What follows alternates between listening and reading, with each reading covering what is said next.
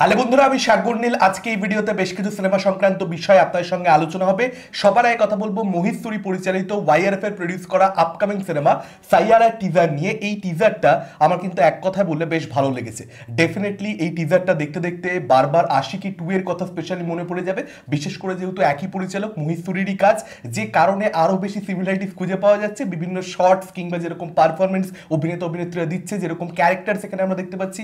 এখানে প্রোটাগনিস্ট, এখানে আহানের যে ক্যারেক্টারটা সে বেসিক্যালি রকস্টার হবে, পরিষ্কার বুঝতে পারা যাচ্ছে সেটা। এবং এটাও একটা ইন্টেন্স রোম্যান্টিক একটা প্যাশনেট একটা লাভ স্টোরি আমরা এখানে দেখতে পাবো, যেটার মধ্যে হার্ট ব্রেকও ডেফিনেটলি থাকবে এবং তার সঙ্গে সঙ্গে এটা একটা মিউজিক্যালও হবে, পরিষ্কার বুঝতে পারা যাচ্ছে। এবার এই ছবির গানগুলো দেখবেন আশিকি 2 এর ক্ষেত্রে যেটা হয়েছিল, গানগুলো প্রচন্ড পপুলার হয়ে গেছিল। আর গান যখন পপুলার হয়ে যায় ইয়ং অডিয়েন্সের মধ্যে একবার রেজোনেট করতে শুরু করে, তখন কিন্তু সেই ছবি গ্রো করে বক্স অফিসে, তখন কিন্তু স্টার তৈরি হতে পারে ফর রিয়েল, এটা আমরা দেখতে পেয়েছি। এবার সেটা এই জামানাতেও কি হয়, কারণ আশিকি 2 বহু আগের ছবি। এবার এই ছবির গানগুলো কতটা ভালো হয়, কারণ এই টিজারের মধ্যে কিন্তু ব্যাকগ্রাউন্ড মিউজিকের কাজ ভালো, যেরকম ভয়েস ওভার আমরা এখানে শুনতে পাচ্ছি অনিত পাড্ডার, সেই ভয়েস ওভারটা কিন্তু ইম্প্যাক্টফুল। হ্যাঁ, ভয়েস ওভারটা কিন্তু ডেফিনেটলি এখানে একটা ওয়েট রয়েছে, সেটার মধ্যে কথাগুলোর মধ্যে একটা একটা মানে রয়েছে, জাস্ট এমনি একটা ভয়েস ওভার রাখতে সেরকম রেখে দেওয়া নয়। এবং যেরকম দৃশ্য আমরা শেষভাগে হার্ট ব্রেকের যে পোর্শনগুলো সামান্য কিছু ঝলক আমরা দেখতে পাচ্ছি, বা দুজনের মধ্যে যে ধরনের কেমিস্ট্রি দেখতে পাচ্ছি,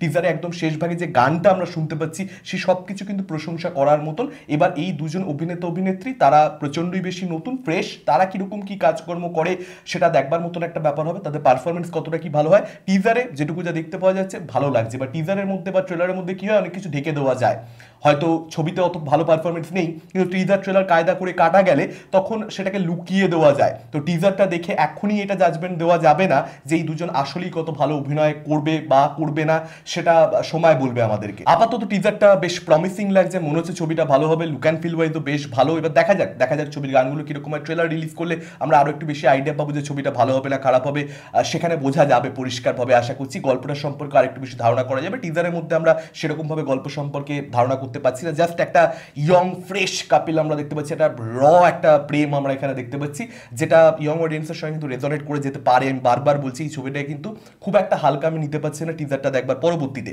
এর পরবর্তীতে চলে আসবো সিনেমা সংক্রান্ত আপডেটে। প্রথম আপডেটটা ও মাই ডগকে কেন্দ্র করে, ও মাই গড নয়, ও মাই ডগকে কেন্দ্র করে অমিত রায়, যিনি ও মাই গড 2 সিনেমার পরিচালক, তিনি কিন্তু এই ছবিটার পরিচালনা করছেন। ইনফ্যাক্ট 90% শুট অলরেডি ডান, সেরকমভাবে খবর হয়নি কারণ সেরকম কোনো বড় স্টারকাস্ট নেই, সেটাই আপাতত জানতে পারা যাচ্ছে। এবং এই ছবির মধ্যে পঙ্কজ ত্রিপাঠীর একটা ক্যামিও থাকতে পারে, এটাও কিন্তু আপাতত আপডেট রয়েছে।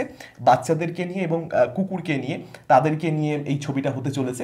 এবার দেখা যাক ছবিটা কীরকম হয়। ডেফিনেটলি যখন যখন কুকুরদেরকে নিয়ে ছবি হয়, আমি সেটাকে নিয়ে প্রচণ্ড বেশি এক্সাইটেড থাকি। চার্লি ছবিটা আমার প্রচণ্ড পছন্দের, তো চার্লির এক্সপেকটেশন ডেফিনেটলি এই ছবিটার থেকে রাখবো না, ডিফারেন্ট ছবি হবে, কিন্তু আশা করবো ছবিটা ভালো হবে। এর পরবর্তী আপডেটটা প্রশান্ত নীল এবং জুনিয়র এনটিআর কোলাবোরেশনকে কেন্দ্র করে। আর তো ছবিটার টাইটেল আমরা ড্রাগন বলতে পারবো না, কয়েকদিন আগে আপডেট আমি আপনাদের সঙ্গে শেয়ার করেছি, ড্রাগন ছবিটার টাইটেল হবে না, মেকার এখানে অন্য কোনো লার্জার দ্যান লাইফ একটা টাইটেল দেওয়ার চেষ্টা করছে। তো এই ছবিটা সম্পর্কে আজকে যেটা আপডেট, রশ্মিকা মান্দানাকে আপনারা প্রথমবারের জন্য কোনো ছবিতে পার্টিকুলারলি আইটেম সঙ্গের জন্য মানে কাজ করতে দেখতে পাবেন। রশ্মিকা এই ছবিতে একটা আইটেম সঙ্গে থাকবে, এরকমটাই আপাতত মিডিয়া রিপোর্ট সাজেস্ট করছে। এবার দেখা যাক সেটা শেষ অব্দি হয় কি হয় না। এর আগে রশ্মিকা কোনোদিন করেনি, তো দেখবার মতন একটা ব্যাপার হবে যে রশ্মিকাকে এখানে প্রশান্ত নীল কিভাবে ছবিটা প্রেজেন্ট করে। এর পরবর্তী আপডেটটা ককটেল 2 কে কেন্দ্র করে। ককটেল 2 এর মধ্যে আপনারা সম্ভবত দেখতে পাবেন, মিডিয়া রিপোর্ট সাজেস্ট করছে যে শাহিদ কাপুর, তার সঙ্গে সঙ্গে কৃতি সানান এবং রশ্মিকা মান্দানা, এই ট্রায়োকে আপনারা দেখতে পাবেন এই ছবির মধ্যে। এবং ছবিটার শুটিং এই বছর আগস্ট মাস থেকে শুরু হবে, লেট 2026-এ কোনো একটা এখানে রিলিজ ডেট দেখে মেকাররা ছবিটাকে আনবে।